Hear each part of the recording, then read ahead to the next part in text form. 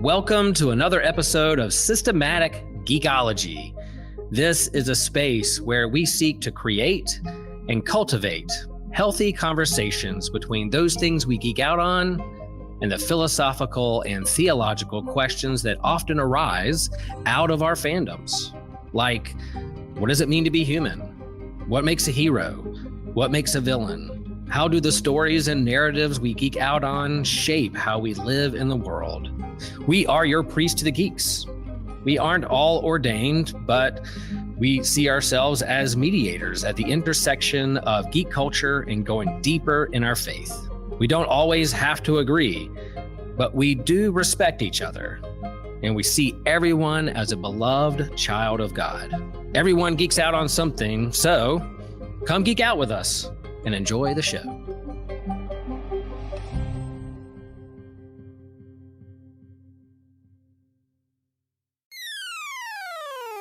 You're listening to an Anazao Ministries podcast.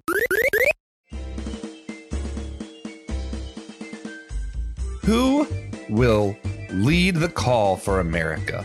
Who will rise or fall? Give his all for America. Who's here to prove that he can? The Star-Spangled Man with a plan. That's right, we're talking about Captain America today. Man, I couldn't be more excited about this. One of my favorite movies, my all-time favorite superhero. The first book I ever read was a Captain America comic. I'm so excited. I'm Joshua Noel. I'm here with a return guest. For those who have watched our YouTube series, The Comic Book Catch-Up, Andy Walsh was recently on there with me there, and I invited him back to kick this off. We've done some of our primarily political episodes before, so you guys should be familiar with the format, but we're going to be doing through March and April 8 bonus episodes. So just a series of bonus episodes in replace of what we did last year with our HBO series. We're just going to be doing more primarily political episodes to kind of get ready for this election year and talk about bigger themes in our fandoms, and hopefully provide a good example of what it looks like to talk about these things in a civil, responsible way that's not just we hate your side, you hate our side kind of stuff. So without further ado, I can't wait to get into this. Andy, for these episodes, we would like to know, instead of what you're geeking out on, if you could share a favorite political figure from any story you've read. So it could be like a king or judge in the Bible, could be like one of the kings of Lord of the Rings, Game of Thrones, anything like that. Do you have a favorite political figure you've read about? Sure. So when I saw that question, and I saw that included judges from the Bible, one of the first people that popped in my mind was Gideon. Good pick. Great story there, right? Lots of drama. Gideon, demonstrates a lot of faith by doing things that seem a little bit unconventional. And sending home chunks and chunks of his army in a way that seems counterintuitive or possibly downright suicidal. So that's all really compelling. But the other thing that I really like about the story of Gideon, right? So there's that initial part where God commissions him, and he's not really sure if he's hearing from God or not. And so he comes up with the whole thing with the fleece, and if the fleece is wet, then the ground is dry, and so forth, and vice versa. And that always struck me as somewhat scientific, right? Gideon is running negative controls alongside of of his tests or his experiment to see if God's really speaking to him, calling him in the way that he thinks that he is. So it's a neat little illustration of that kind of controls you run in scientific experiments. So I always appreciated that aspect of Gideon as well. Man, that's a great pick. Quite the opposite of what I'm gonna pick. I'm not picking because I think he's a good political leader. I'm picking most entertaining political guy I've read. Crocodile from the One Piece manga. Guys, he is just so evil. And the way he uses politics to just kind of manipulate an entire country to his will, and he uses his powers to force a need that only he can supply the answer to. It's like wicked in such a clever way that I'm like, man, sometimes you just got to appreciate a good bad guy. And man, he's the worst. So yeah, quite the opposite. I like watching him. I like watching him lose. Like I like how much control and power he has. And then here's Luffy, who doesn't know anything. Like, he doesn't understand what kind of different devil fruits or anything is yet. He just knows what this guy's doing is wrong, and I'm going to stop it.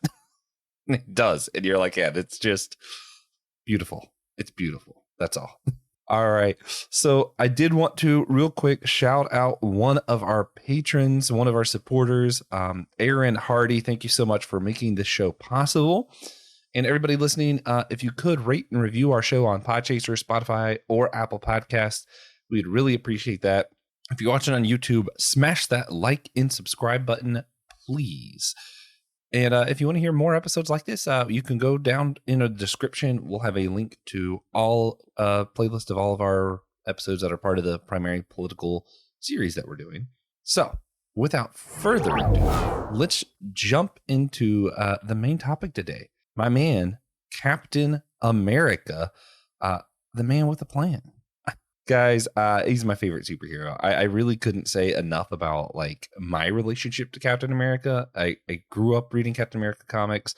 I will forever maintain that Ed Brubaker's run is some of the best comics that's just ever been written.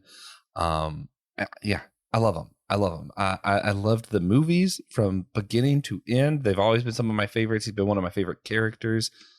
So much so. Here's my geek cred card. Before the movies got popular, back in the day when no one knew who Captain America was other than comic book fans, I got a dark blue hat. I had to have my uncle sew on a patch for me. So I have a Captain America hat that I wear around that everyone now that the movies are out, it's like, oh man, where'd you get that? And I'm like, man, we had to make this thing. Like, this didn't exist when I got it. So that's my geek cred. I've been a fan for quite a while, and I wear that hat pretty regularly. Yesterday, I was wearing the hat, the Captain America shirt, Captain America socks, and just decked head to toe. And it wasn't for any special occasion. It's just I have that much Captain America stuff. Andy, what's your relationship with Captain America? Yeah, I mean, I've been a fan for a long time too. Maybe not that devoted, but I remember having a Captain America action figure as a kid, and some kind of Captain America branded like motorcycle and sidecar that he could ride on. Fantastic. And that was one of my favorites among my superhero action figures. The first Captain America comic I remember reading, my grandparents had this collection of like villain origin stories. So there was like the first appearance of Loki and Doctor Doom and all that. I think that one had the Fantastic Four story where they go back in time and the Thing winds up as Blackbeard the pirate. And in that collection was an early Captain America story where he gets brainwashed by the Red Skull or something like that to go and he's going to go and assassinate somebody. But of course he's Captain America, and so he overcomes the brainwashing and defeats the Red Skull. So I remember reading that book, regularly when I was over at their house, just kind of checking out all the different, revisiting all the different stories. And then, certainly like you said, that Ed Brubaker run, read that as it was coming out. That was excellent. And, I've been day one MCU fan. So yeah, love the Captain America movies. Chris Evans has been great. I think that was inspired casting. And Oh yeah. No, I think when the Avengers movies really started, I was too young to know a lot of things. So the only reference I had of Chris Evans was that Human Torch punk kid, and I'm like, he can't be Cap. What are you talking about? Man, was I wrong. Even like honestly, I'm not on Twitter anymore, but for a while when I was on Twitter, even like following just Chris Evans tweets, you're like, this guy might actually just be Captain America. Yeah, I think he is slowly, he and Robert Downey Jr. have slowly sort of merged. It's hard to tell where the character ends and the actor begins. Oh man, there was after Les Miserables came out, Hugh Laurie was part of a little spoof song. So in the movie they have the "Am I Jean Valjean or am I whatever?" Mm-hmm. He did "Am I Hugh Laurie or am I Wolverine?" And I thought it was so great, especially now that he's come back as Wolverine. I'm like, yeah, honestly, dude, you're Wolverine. Yeah, was that when he hosted the Tonys? It might have been. I don't know. It was funny though. Yeah. Oh man. But yeah, so Captain America, we're going to be focusing on the MCU version. But his story has always been political, right? Like ever since issue 1, it's been a political series. And today when we're talking about the movies, we're going to be talking mostly about themes of like government mistrust, what freedom really means in democracy, how much government oversight should be acceptable, that kind of stuff. But I want to throw out Captain America issue 1 was released months before Pearl Harbor. And for those who don't know, the cover photo, let's see if I can make that a little bit bigger over here on YouTube for those watching. Yeah, it's him punching out Adolf Hitler, right? Right. This issue comes out months before Pearl Harbor in an attempt to get the attention of the American Congress and be like, hey, we need to be part of this war. We need to join the Allies. In the comics, America was part of the Allies way before we actually were part of the Allies. So, yeah, I think it would be a hard sell to say that Cap has ever not been political. There's even a rumor that they brought issue 1 to the Congress table and like read it in Congress. So I don't know if that's true or not. I've heard it a few different places. I like to believe it's true. So I'm going to say it is. Yeah. So with that, we're just going to go ahead and jump into the movies here and what all they have to say, starting with the first Avenger all the way through the Avengers movie, proper. We're going to talk about Captain America, the first Avenger. How would you summarize the plot of this one, Andy? Oh, okay. Well, Steve Rogers is, like many people of his generation, he's seeing the war happening overseas, and wants to do his part. Knows that his brothers, his fellow countrymen are already over there, some of them, and I imagine that he feels some sense of brotherhood with all of humanity, right? So he sees that there's a fight for a just cause that he wants to participate in, but he's just not physically able to. And so he volunteers for an experimental program to be able to do something about that, not really even knowing what it is, just knows that it's an opportunity for him to do his part. Winds up with superpowers, essentially, enhanced strength, speed, all that kind of good stuff. Kind of peak human, right? So he's not Superman, but he's sort of like the best possible human being that a human being could be. But there is some sabotage during the process, and it winds up that he's the only person. He was supposed to be the first of many, but he winds up being the only super soldier. And so they decide that the best thing for him to do is to lead a war bonds campaign rather than to actually risk him overseas, right? Because he's just one. He's sort of this special, valuable resource, irreplaceable. So they want to protect him. So they put him in charge of, they put him in front and center in this war bond initiative, and then some USO tour kind of stuff as a symbol rather than a fighter. But his best friend from his Brooklyn neighborhood winds up in trouble in the war. He's actually fighting, winds up in trouble. Steve finds out about it and decides that he can't sit on the sidelines anymore, defies orders, goes and rescues his buddy, and in the process uncovers a plot by Hydra scientists to to harness the power of the Tesseract, which looks an awful lot like a cosmic cube from the comics. To harness the power of this object for basically unlimited weapons of mass destruction, and so he uncovers their plot, finds out that they're going to bomb all these cities, and realizes he has to stop this plot at any cost. And I think that's about it. Yeah, it's very much. So he starts off really scrawny and weak, like you were mentioning. He wasn't physically able, and once he gets the super soldier serum, I thought they did the CGI and stuff with that really well. Like I think you can really tell that transformation, and it doesn't look like super obviously edited. I feel like for the most part, so I like how they were able to manage to do it. A lot of it was close to the comics. I mean, they changed a good bit. What I liked a lot though was the when they were doing the war bonds campaign, and he was part of that little play with the song that I quoted from the beginning, right? Right, mm-hmm. The Star Spangled Man, and how he punches out Hitler in the campaign. because that's kind of a nod to the comic book. I was like, okay, that's kind of fun. That was nice. Yeah, that was solid adaptation. Yeah, pretty great. But with that, so that brings up the first political question I guess I would want to ask. So that first comic book, as well as the war bond campaign, it's just straight up war propaganda, right? So, but it's weird when we think about war propaganda. Usually, we're just like, oh, that's bad. We don't like that. But when you put it in context of Hitler's literally the bad guy, it's kind of a little bit harder to think of like, is it bad war propaganda? Like, is it always bad? I guess is the question. Andy, how do you wrestle with these kind of thoughts and stuff? Right. I mean, underlying that, I suppose, is the whole question of, just war theory, and is there ever a time and a place for war? Period. Right. And if there is, then some amount of promotion or rallying to the cause of that war is easier to justify if the war in itself is justified.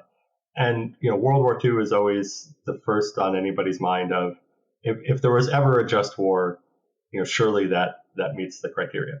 Obviously, there are people for various reasons, including religious or theological reasons, reject the notion of a just war and would wouldn't even include World War II as an option. But so I think most people who are willing to entertain the idea of a just war would say that that's the most obvious example in less and less living memory, but certainly in the sense that something that's well known to everyone from their elementary and school education and so forth.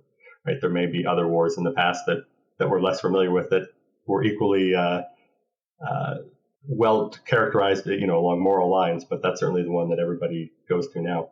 And what we see in the film is, perhaps propaganda light, or it's easy to, again, that objectively,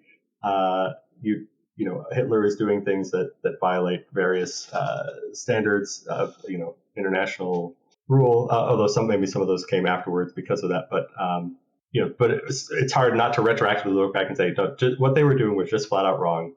It was bad. And so the fact that the Germans and Hitler in particular are characterized as sort of mustache twirling evil in those little plays is easy to accept, right? Easy to swallow because we believe that is real. That's true.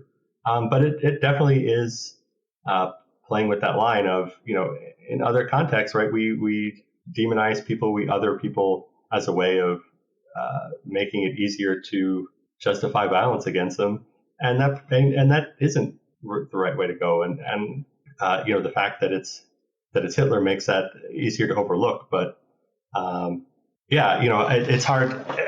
It's hard to say, oh yeah, that sort of thing is in general okay, because we've seen lots of examples where that's misused and where that is done in such a way that it's misrepresenting other fellow human beings.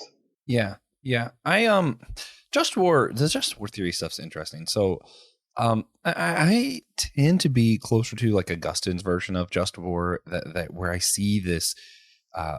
I feel like if you see other people being oppressed and you can do something about it, you should do something about it.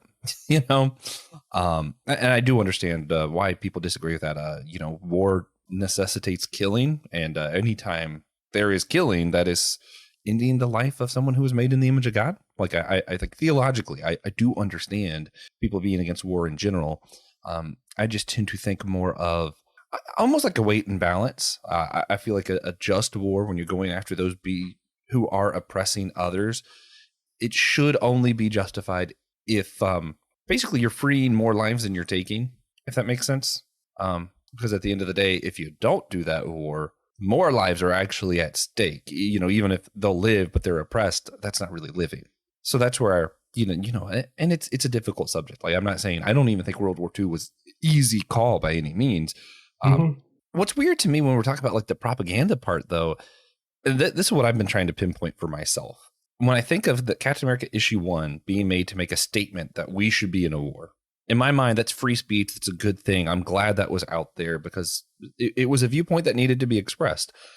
But at the same time, I have a real problem with, and y'all know I love Disney. I'm a big Disney nerd. I hate how Disney used Donald Duck as war propaganda, how they had him in all the Navy commercials, and kind of, I think probably it's because it was appealing to kids, and also because I think the government actually was helping Disney pay for their stuff. So it's kind of like that to me. I don't like that. That war propaganda, that's gross. But this issue 1 that wasn't issued by the government, it was someone like expressing their own viewpoint. To me, I'm like, that I get. That's a little bit easier for me to stomach. Does that make sense? Sure. I think that's a reasonable distinction to draw. And I imagine that you're not alone in drawing that line, right? That being uncomfortable with the government, sort of recruiting Disney and others to help them in their effort, right? And there is something uncomfortable about, in general, right? We know that, and again, looking at the modern lens, the contemporary lens of Disney is just super slick at, advertising, right, and getting kids to be hooked on their stuff from, it almost seems like from in the womb, right? These kids are hooked on the Disney princesses and the different things. And so it's easy to be uncomfortable with that and to kind of project that back on, putting that in the service of a war campaign, or advertising for war essentially, and recruiting young people into the army. I think it's reasonable to have some reservations about that. At the same time, it's what else do we expect the government to do, right? They're not going to, we have decided collectively that this is a worthwhile thing to do. How else do we go about marshaling the forces for it, right? There's going to be some amount of enticement, some amount of advertising, some amount of trying to make it seem like a good idea, like the right thing to do, right? Is there a difference between trying to recruit people for service in the army versus encouraging people to plant victory gardens or to donate various supplies that the war effort? Like I think we tend to view that as a somewhat more benign activity, right? Because it's marshaling sort of collective action in service of others, right, or to help out the greater good kind of thing, right?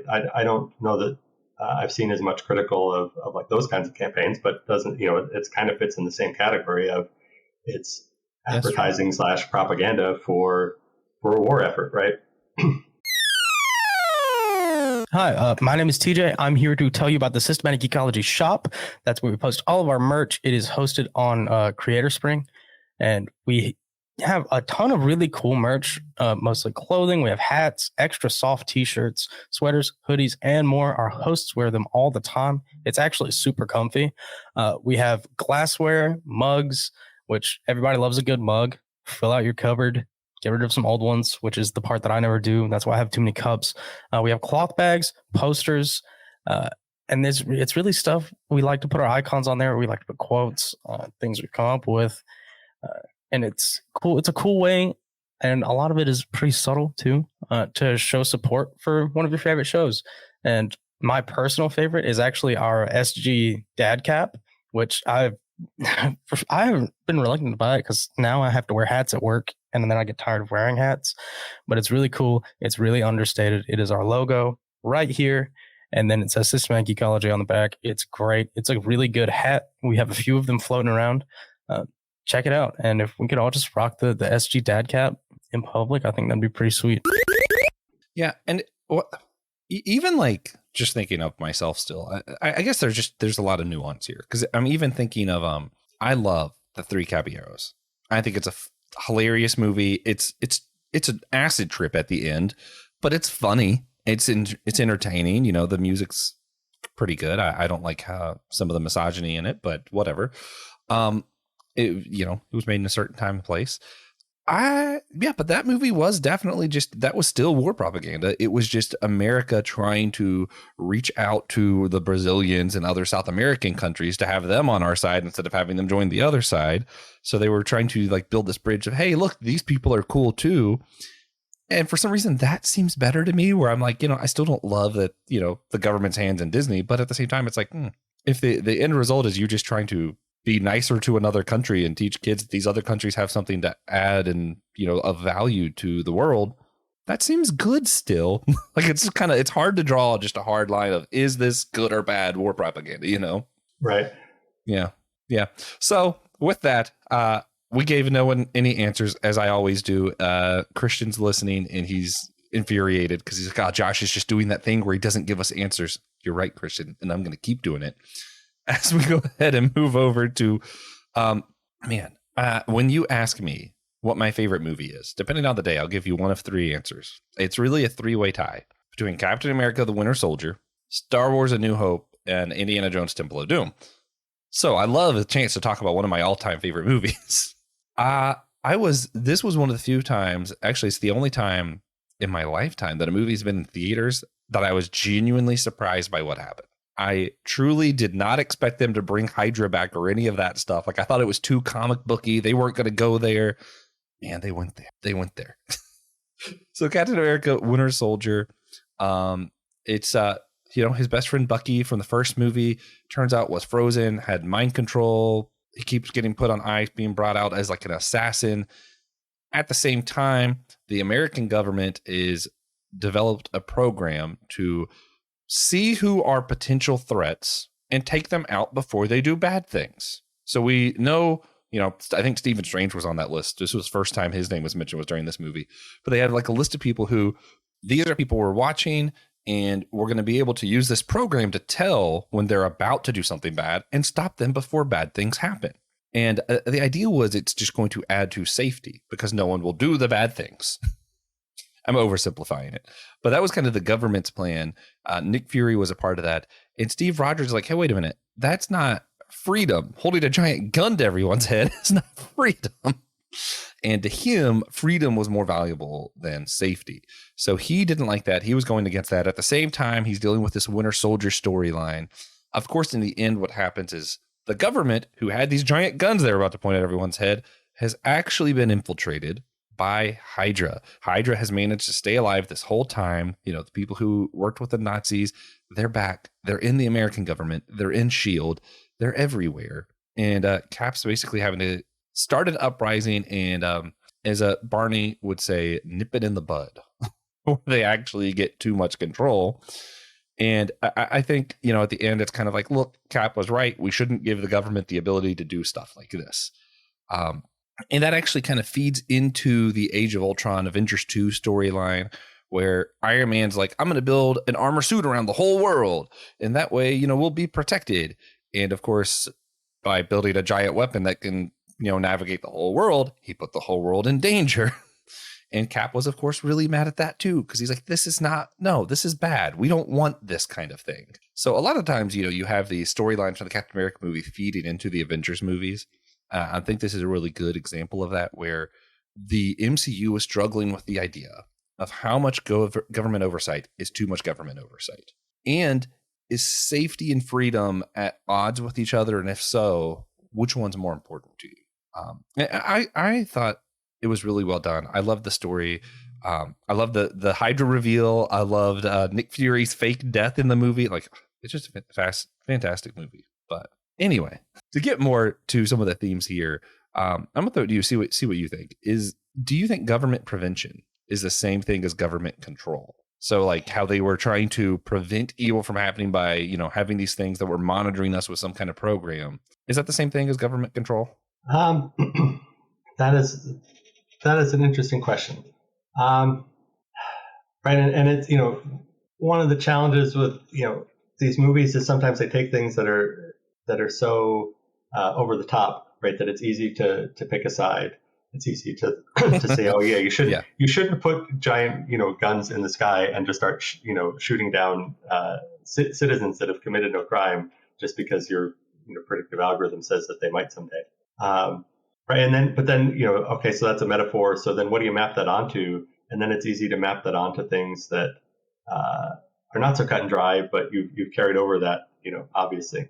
Right. So when you're talking about like prevention, and I'm trying to think about like the real world, I think, one of the first things that popped into my head, I don't know if this is appropriate or not, right, but like seatbelts, right? We have laws that require you to wear seatbelts. That is a form of government control in a sense, right? They are dictating how you a choice that you make, and they're not, necessarily, nobody's sitting in your car and putting it on for you, right? So there is some level of, you could choose not to wear the seatbelt and incur the penalties if you're caught, and incur the consequences if you're in an accident. And so you're not completely eliminating my ability to choose, but there's a certain amount of coercion there, through the force that the government has, but it's also in the service of preventing harm, and serving public health. And so, in that concrete example, or that more real world example, it's hard for me to say that to draw a line there. So I think it makes me wonder. Yeah, I'm not sure that there is a way that the government can encourage, either incentivize positive things or discourage negative things without the ability to frame it as some kind of control. Right. If we accept that, control isn't absolute, right? There's never going to be a way for the government to just absolutely, make you do something, right? It's not like mind control or any of these things that, in the comics where your choice is completely eliminated. There will always be some amount of, you could just break the law, or you could, do whatever. But recognizing that control can have, degrees, right? That any sort of like incentivization or disincentivization or coercion represents some form of attempt at control. And yeah, I think it's hard to imagine how the government could prevent something, or have a program to prevent something that we all just, even if we all decide that it's bad, right? If the government is exerting, is putting its thumb on the scale there, I think you could call that a form of government control. Whether that's a negative thing, a benign thing, a benevolent thing, right? Maybe we shouldn't have quite so strong a connotation, negative connotation on the word control. But yeah, I think I would say that that represents some kind of control. So I'm going to attempt to make every side of our political spectrum in America mad at me all at once. I think you can map this onto a bunch of different issues. And I'm going to go back and say, I think the problem in this is actually, I would be less concerned about the government and more concerned about AI. I don't trust computers that much. But yeah, I mean, you can map this onto, on one hand, like the social media stuff right now, right? Where you see a lot of certain senators and governors in our country who are wanting to ban social medias from being able to censor people. For those who don't know, I am attempting to go to law school. I'm in a paralegal program and stuff now. I study law a lot. The problem is all your social media things are private entities. So anything posted is in part their own speech. So they get a lot of control over that. And a lot of times you have the government trying to force them to basically make it an open platform where anyone can say anything. And that's problematic for a lot of reasons. One is then the government is controlling the free speech of that social media private entity. But you also have this whole, if everyone's allowed to just say anything and do whatever, as a lot of studies have shown on Instagram, there's a lot of harm coming to people. A lot of people's self-worth being brought into question.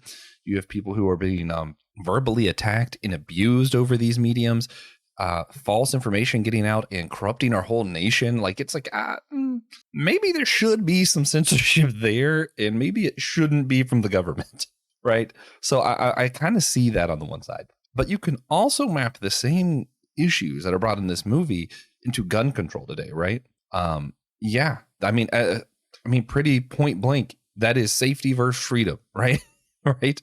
And if someone is out there and, they're saying crazy things, they haven't passed a mental health exam, they're checking all these boxes where you're like, hey, this could be a serial killer. I think it's okay or not a serial, this could be a mass shooter kind of situation, whatever. Someone who's mentally unstable, I think prevention's okay. Let's not give that guy a fully automatic weapon, right? And that's, where I support, your freedom to bear arms, but I also, in a common sense gun laws there's no reason we shouldn't be able to get those through and pass those, right? and again, this is just my views on our specific political situation here, and I know it's not the same everywhere around the world, but I'm looking at this going, yeah, sometimes prevention's okay, because look at how much bad has happened because we haven't been doing any kind of prevention at all. So it's where I'm like, yeah, and sorry, you can again map this onto all kinds of different situations. I think within the context of the movie, you have this AI program that supposedly is just able to know when someone's going to do something bad and we're just going to annihilate them. I think, again, you go down to killing someone made in the image of God. That's bad, right? And you're relying on this program being perfect. If the program is at all wrong, then you killed an innocent life. Or if the government can, manipulate it, and, whether it's infiltrated by Hydra or we just have corrupt people in government in general. We killed that person. No, trust us. He's definitely going to do something bad. Yeah, no, that's problematic, right? Right. So, and I think that's a lot of the things with our computer stuff today too, is how have we been testing these programs and how much reliance are we willing to put on it? I think those are big questions. I'm more concerned with the computer part of the question, I guess, than I am the prevention, because to me, if we can be sure that we're preventing something, yeah, absolutely, let's prevent it. If we're not sure, I think it goes back to the same principle of proven innocent until proven guilty, right? So I don't know. That's just a lot of jumbled up thoughts to, again, not give anyone a clear answer. Yeah. I mean, all of this is nuanced. Sure. It makes me think of two things, right? One is, I think with emerging AI technologies, it's certainly reasonable to ask all kinds of questions of those. But I think it's also important to ask questions about, well, how have we been making decisions and how reliable are those too, right? I mean, you bring up in the topic of gun control, this idea that, well, we can figure out who are the people that shouldn't have guns and just keep them from having guns, right? And various mental health diagnoses get tossed around in association with that. But how good, to me, making that the focal point of our gun control puts a lot of responsibility on individual gun sellers or some other kind of community infrastructure to be able to identify these people, right? We have to have some process that identifies these people that, just like the AI that you described, right, is going to be imperfect. And so to me, it makes sense to have something a bit more broad spectrum, right, on types of guns and things like that. That's a little bit more easy to systematically enforce than this kind of, well, we're just going to pick and choose which people we think are okay to have which kinds of guns.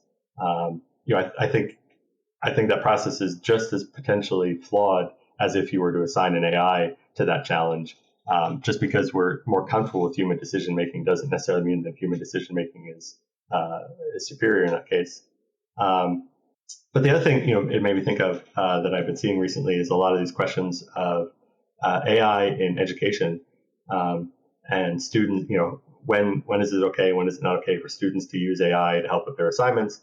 And then also, there are programs that are themselves built on the same kind of machine learning technology that teachers can use to say, does this text look like it was written by a computer? And there are some instances of schools or teachers using that as a unilateral, like, oh, you failed this AI check, you get a 0 on this assignment because it looks like one machine learning algorithm said that it looks like a different machine learning algorithm wrote your homework. And while it's, the stakes are much lower than a floating gun shooting you down in the street, it's kind of the same thing, right? It's a very absolute. We're trusting this AI absolutely to decide if you're cheating or not. And I think we're going to have to evaluate those kinds of policies, right? And this is all very cutting edge, emerging kinds of things.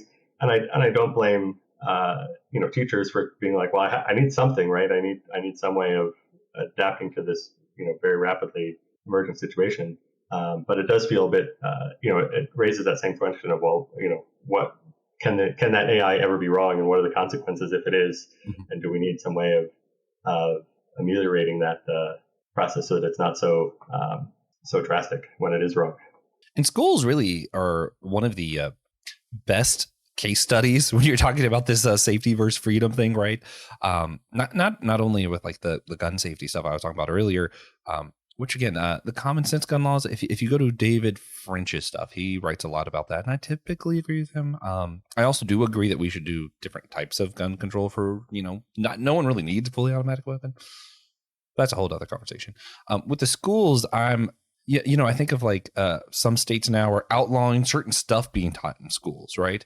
And they're kind of controlling what the teachers are allowed to say, even about their own personal life. So we're doing controlled free speech. Why? Because we think it's safer for the kids. Whether you agree or not, it's a whole other question. But it's kind of like that's a lot of government control because we think this maybe is safe.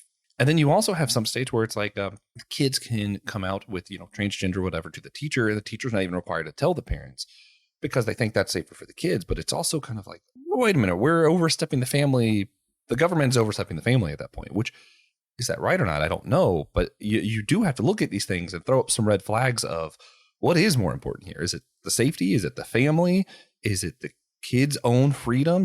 Where do we draw these lines? What do we think is the ultimate good in these situations? And do we even think the government should be deciding what the ultimate good is? I don't have any good answers again, but I think these are all important things to ask and to think about. And I think those are the kind of questions that movies like this are really trying to trigger us to think about better. Trigger is probably not a good word to use in this context, but you know what I mean. But I get what you're saying. Yeah. Prompt, encourage. Yeah, there we go.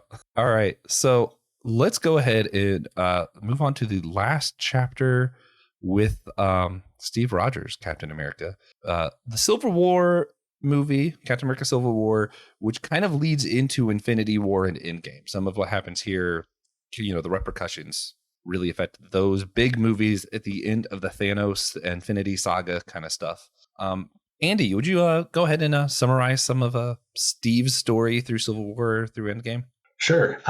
So Civil War, right? You alluded to already in Age of Ultron, the cracks were beginning to show between Steve and Tony, and as a result of the cataclysmic battle at the end of Age of Ultron, where a city is essentially dropped on a small Eastern European nation, and it's a little bit unclear, what the impacts of that are, but it's clearly visually impressive, right? Or visually sort of shocking, even if we don't know exactly what the toll in terms of human life is.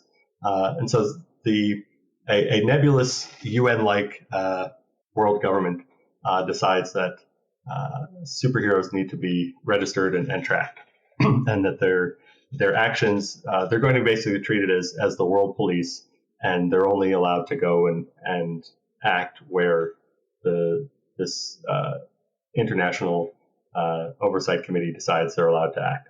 And Steve says, no, this is because of what he's seen in Avengers, right, where Shield was secretly stockpiling Tesseract-based weapons that to him looked exactly like what Hydra was doing in World War II. And then the council that oversaw Shield was ready to nuke New York City to stop the Chitauri invasion, right? And then the events of Winter Soldier, where we just talked about, where that program was infiltrated by Hydra. Steve is just suspicious of that level of control, right? That it can be exploited, it can be put to nefarious purposes, it can be infiltrated. So he's kind of a fool me once, shame on me. Or fool me once, shame on you. Fool me twice, shame on me kind of situation, right? I'm not going for this again.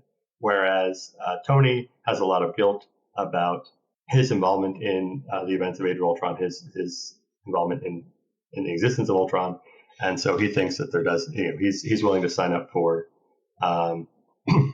this kind of control. So that puts them at odds. That puts Steve in a position of being a fugitive of sorts. There's also a thread involving Bucky, the Winter Soldier, and something personal that involves both Steve and Tony. And Steve naturally sides with his friend and protecting him against this world government, this world committee of superhero oversight. And so that leads to a conflict between these two teams of superheroes that align on either side, and they end the film, willing to keep a dialogue going, but not really able to work together. And that leads directly into Infinity War. Thanos comes, and the Avengers don't exist, and they're not there, right? And there's this rift between Steve and Tony, and between the two groups that aligned with them. So they're not able to come together when Thanos first arrives on Earth. Steve is a fugitive. And Falcon and Black Widow are kind of living in the shadows, doing vigilante stuff where they can, but sort of off the grid. And he ultimately, rallies.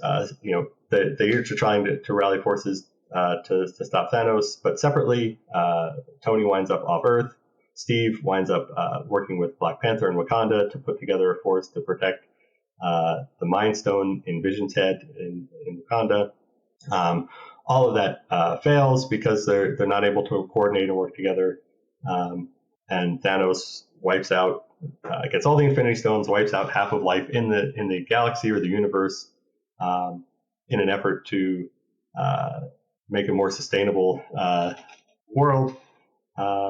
And that leads into Endgame. Steve and Tony have to put aside their differences. They're kind of among the last few standing heroes, and they have to find a way to bury the hatchet, so to speak, and work together.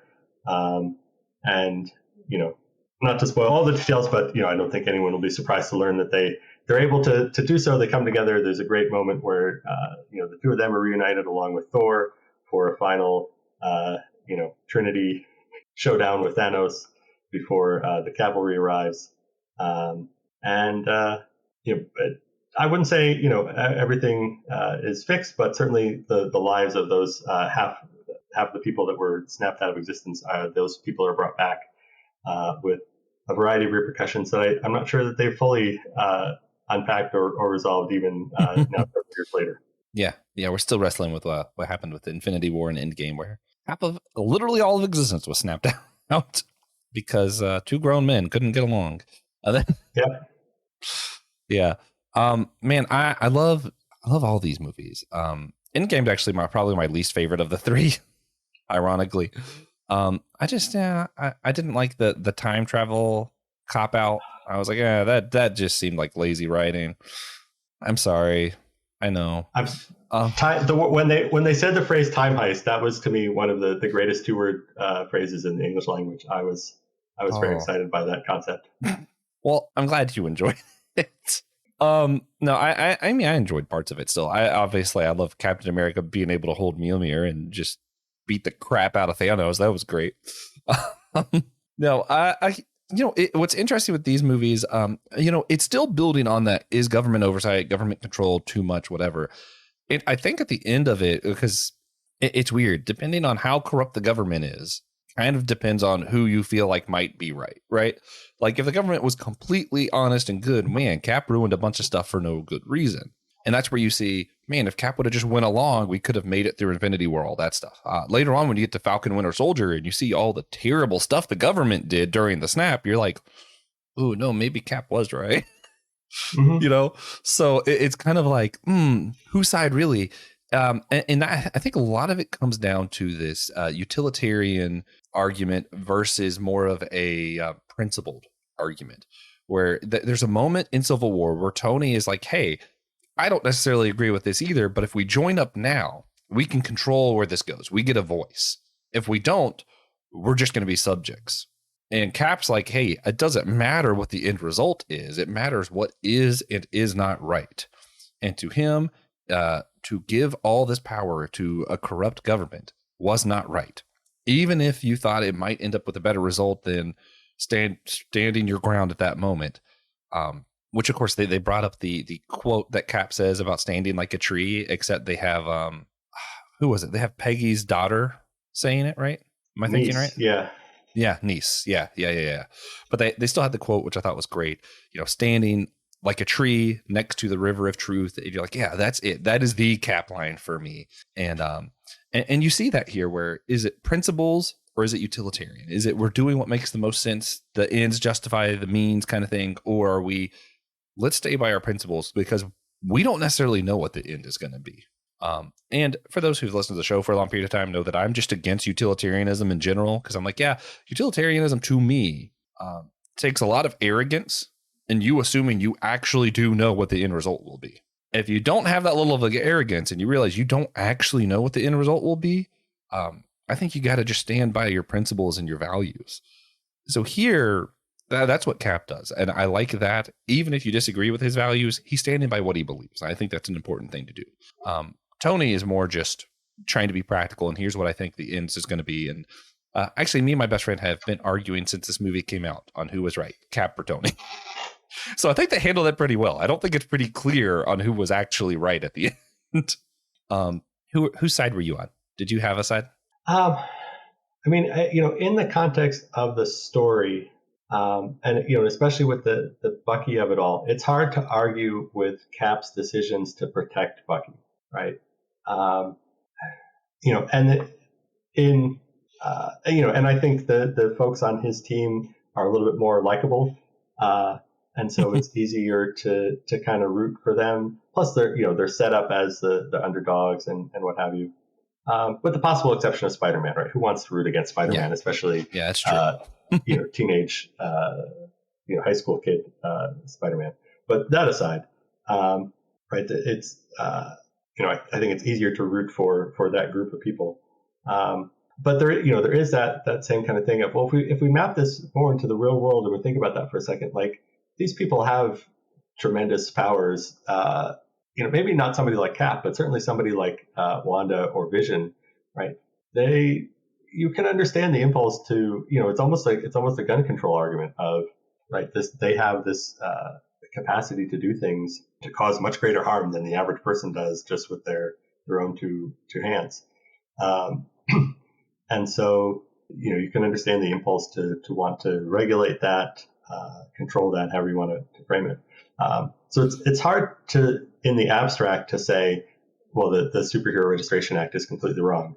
But in the context of the story, and again, knowing, the history of, event and Hydra or AIM or some other group, right? They're just going to wind up infiltrating this system and abusing it and whatever. And so you can kind of like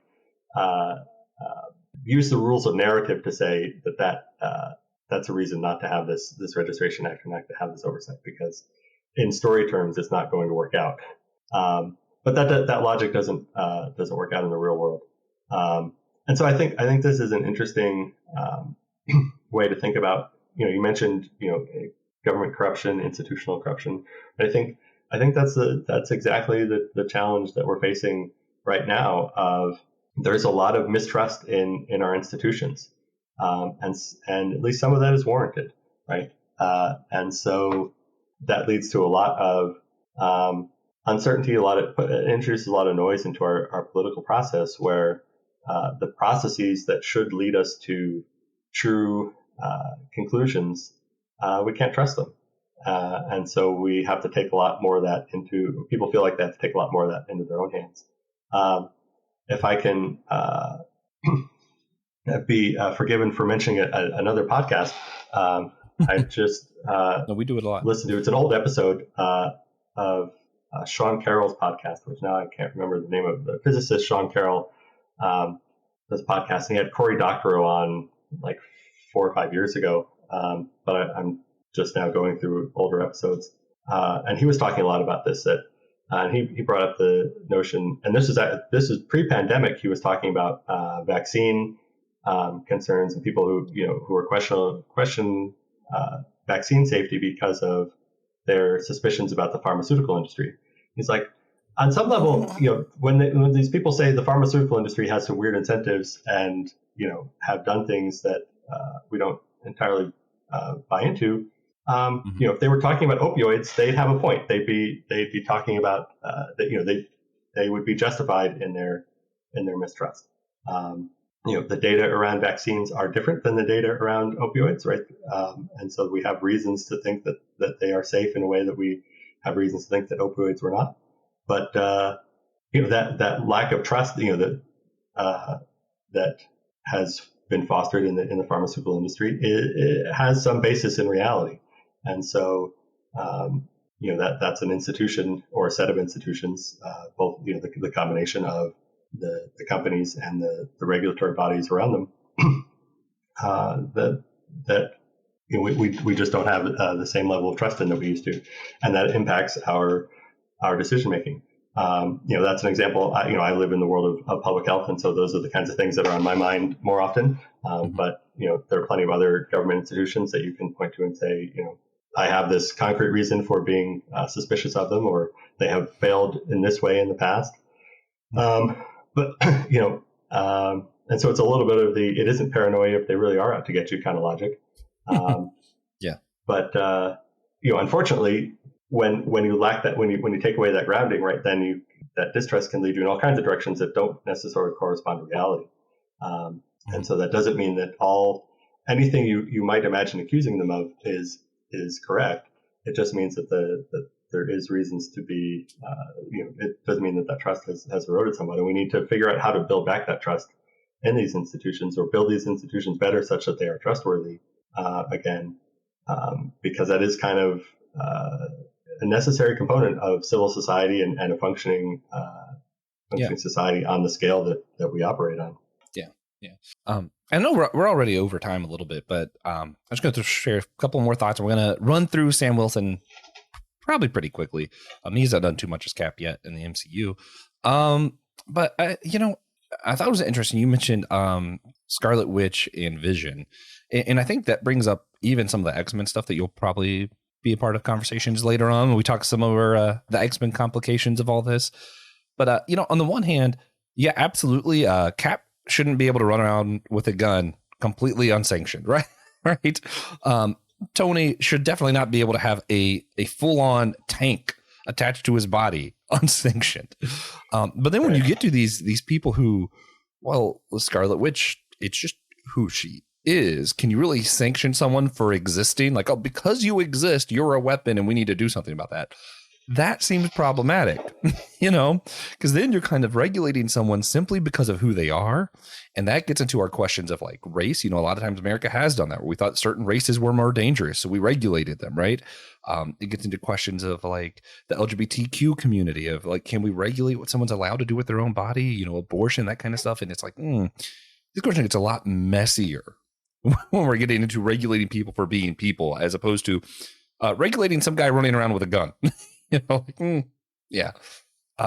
Which even then, again, the corrupt system and all that, it's like, what level of sanction should there be? Because on the one hand, yeah, I get Cap not wanting to submit to a very clearly corrupt government. But on the other hand, dude, you can't just run around with a gun. Like there's got to be some level of accountability there. What that looks like, I think maybe is a little bit different than what the government proposed, but I still think there should have been more conversation at the table to figure out what that should look like. And then, I'm going to go to schools again. When we're thinking about some of these issues, your teachers don't have that much free speech. Ron DeSantis in Florida can say, hey, we're not allowed to teach this or say this in public schools. Boom, bada bang, done. He can't do that as much with professors in college. Professors have a lot more free speech rights given to them from the Supreme Court than your teachers in your high schools do. And I think what you end up seeing is having that ability to say more and explore more opens up a better opportunity for learning in the college environment than what a lot of times happens with that more controlled environment in high schools, which brings up the question of, so is that control actually taking away from the education experience? Because when we remove some of that, you see a better, more enriched education where people are not only learning more, but they're able to broaden their own horizons with what they understand about the world. And it's kind of like, I don't know. Maybe we should change how much free speech high school teachers have. Yeah. But so, all of that just feeds into some of these same questions. I did want to, again, quickly go through just exactly what's been going on with Sam Wilson in the MCU. He's the new Captain America. At the end of Endgame, Steve Rogers goes back, lives his life with his true love, gives the shield to Sam. And Falcon Winter Soldier happens.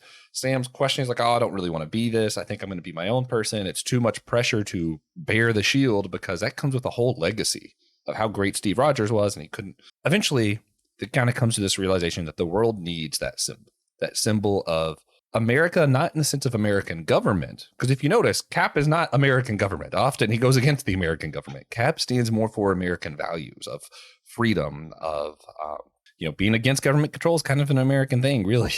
Really, these principles, justice, freedom, the American way, all that kind of stuff. So Sam Wilson kind of comes in to represent this in his own way. And through a series of things, you figure out during the blip, when everybody was snapped out of existence, the lines of countries kind of disappeared because there wasn't enough people to really reinforce borders. So the world was kind of able to work together better. And then all of a sudden, everyone's back. Boom, the borders are back. And you have people who have spent these 5 years living in another country who all of a sudden are illegal immigrants out of nowhere. Like, bam, now you're an illegal immigrant. It's like, what? I've been here for 5 years. I've already started a family here. I've already done this. So, it brings up a lot of questions of immigrants, of borders, border safety, that kind of stuff. And at the end of the series, I just recommend everyone watch Falcon and Winter Soldier.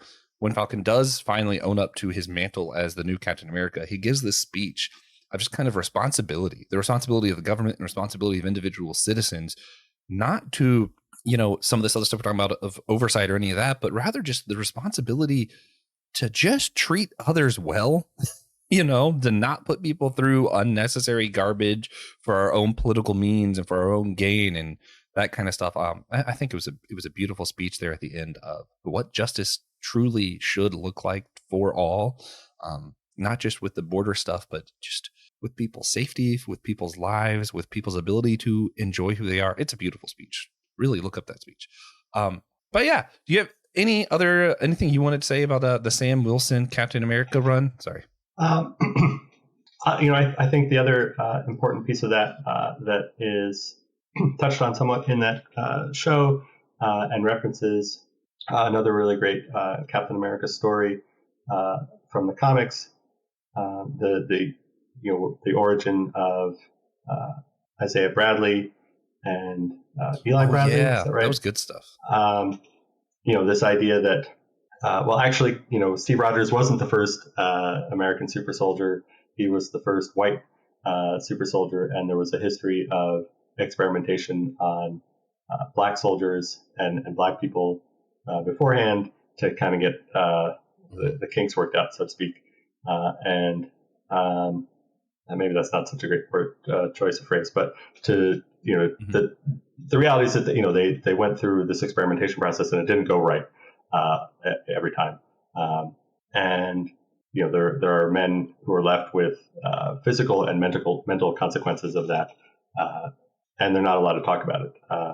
And so it obviously maps clearly to things like the Tuskegee experiments, where just unethical medical experimentation was done on black people, because it's fictional, because it's an action TV show and there's lots of other things going on. I think you can make the case that maybe not all the depth of that issue is unpacked in the show, but I think it's useful in the sense of bringing it to attention, a part of history. Just bring more attention to it, even though many people may be aware of it. Just bring more attention to what's been done, and then the need to continue to address those things, and the need to realize that even though some of these specific activities have stopped, right, that has left lingering issues of distrust in the medical community. Right, we just talked about distrust in different institutions and so forth. Right, and the Black community has a lot of good reasons to be mistrustful of various aspects of the medical community and the way that and where medicine and public health and government all intersect. Right, there's good reason to be distrustful there, but that has consequences of, again, distrusting things that actually are for their benefit. But how do we build back that trust so that they can receive those benefits, and not just say, well, don't you know what's good for you? Like that's clearly not the answer, right?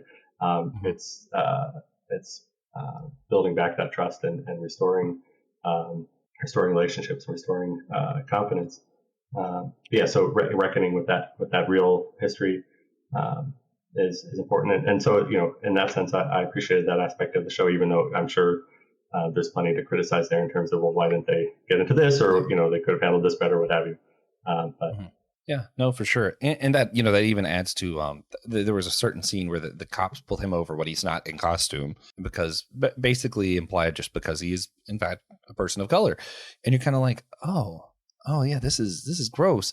And I think Sam Wilson's Captain America in the comics and what we're going to see in the movie, and we already started to see in the show, is there's a lot of issues that a white Captain America couldn't address. Right, that are still issues of freedom, justice, the American way. When we're thinking of racial justice, when we're thinking of justice at the border and for immigrants, what does that look like? And of course, just like when the comics came out, it's going to piss a lot of white people who don't understand and think about these things, who feel like they're the victim. It's going to piss a lot of them off. But I think it's an important message to get out, even if we don't all agree with everything. And it's important to look at it through the lens of the character of Captain America, this character that represents justice and freedom for all, and just seeing what these things really look like through that lens. It's fascinating stuff. I love Sam Wilson's character. I love the actor they chose for him. I think he's doing pretty good. And that show was easily my favorite MCU show so far. But again, I'm biased. I love political thrillers and I love Captain America. So very biased. All right. So did you have any other just like final thoughts when we're talking about Captain America, the MCU, politics, any of that? Are you ready to go ahead and wrap this one up? I think I said everything I have to say, but yeah, with you, I look forward to more Anthony Mackie as Sam Wilson, Captain America. Please give him multiple movies as a lead, just like Chris Evans got. Yeah, I can't wait for that next movie with Harrison Ford being the Red Hulk, right? It's gonna be. Oh no, he's being General Ross, who is the Red Hulk. Yeah, okay. Anyway, yeah, no, I'm good stuff. Good stuff. All right, well then, let's go ahead and wrap this one up. Man, I love getting to talk about Captain America. Thank you for joining me, Andy. One thing we're doing instead of recommendations at the end for this series, we're going to ask everybody, what real life politician do you think would be most likely to enjoy your favorite movie? We all are just guessing, for the record. We don't know that. I think I don't know that much about politicians' personal lives, especially. But I told you guys earlier, I have like a 3-way tie for my favorite movie. I'm going to stick with today's episode. I'm going to go Captain America Winter Soldier. I actually really think that Joe Biden and I could probably enjoy that movie together. He seems like he likes Captain America movies. He seems like the kind of guy, Andy, what's your movie and which politician you think would be most likely to enjoy it with you? Yeah, usually my answer to favorite movie is Scott Pilgrim versus the World. And by the look on your face, we might have to unpack that at some future time, but we'll just leave it at that. And I'm going to take advantage of the fact that I'm getting to be one of the first people to answer this question and go with the fairly first base answer of Barack Obama, because he seems like of all the sort of national politicians of late, the one who's sort of most tapped into pop culture, and especially pop culture like that's a little bit less prestigious, maybe we'll say, or a little bit less like wrapped in the flag, America, feel good kind of stuff. He's the only person that I could imagine getting into that movie in the same way. Whether he would or not, I don't know, but I couldn't even begin to imagine anybody else even putting it on. So that's my answer. Yeah, that's totally fair. Oh man, I feel like I should have said that. I guess we're not asking who would enjoy it with us the most, because I feel like I could hang out with Obama and have a good time. We don't even need to talk about politics. He just seems like a down-to-earth guy. But anyway, guys, please rate and review our show on Podchaser, Spotify, or Apple Podcast. Just those kind of things really help other people find the show. Like and subscribe on YouTube. Again, we want to do a big thanks to Aaron Hardy for supporting the show. Make sure you check out our other primarily political episodes down below in the description. We have a lot of good ones coming up. They're going to be talking about Galactica soon. We're going to talk about what was the other one? Oh, X-Men. They're going to talk about the X-Men, Inhumans.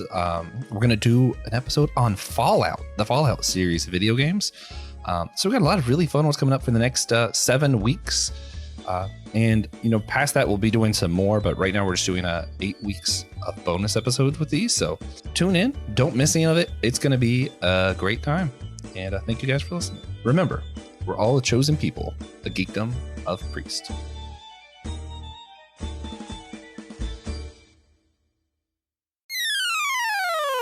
Did you know Systematic Ecology has a YouTube channel? Now you do. And while you're there, you can see exclusive stuff like our comic book catch-up series, Manga Mustard, Drinks with Tejas, the companion series to our annual theme. You can go Friday Night Frights with me, where I go through cryptozoology, ufology, and more. You can also go to see Spidey Swing Bys, where I'm doing every chronological appearance by release of Spider-Man from Amazing Fantasy 15 all the way to the modern age. You can also find exclusive shorts on YouTube there, as well as other bonuses for extra episodes that we do that don't end up on the podcast proper. So I want to see you over there on YouTube. If you love our show, you can follow the whole network in a single feed on Spotify at Anazao Ministry Podcast or the network page on Apple Podcasts. There you'll find shows like The Homely, The Whole Church Podcast, My Seminary Life, Let Nothing Move You, Dummy for Theology, The Bible After Hours, as well as mine and my husband's show, The Clydes, where my husband Taylor and I go through weekly discussions in a devotional conversational method to help us all get closer to one another and God.